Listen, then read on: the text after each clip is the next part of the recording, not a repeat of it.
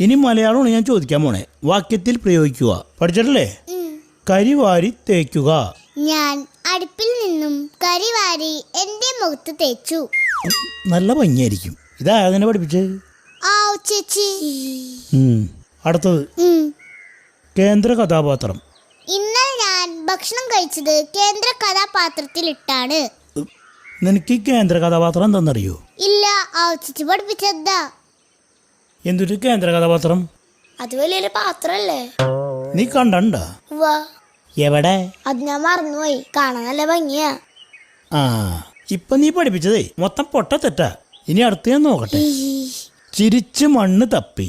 ഞങ്ങളുടെ വീട് പണിയാനുള്ള മണ്ണ് ചിരിച്ച് ചിരിച്ച് മണ്ണ് തപ്പിയാണ് എടുത്തത്. ശരിയാണ്. അത് എന്നെ കൊണ്ടൊന്നും പറയിപ്പിക്കരുത്. അടുത്തത് കിംവദന്തി.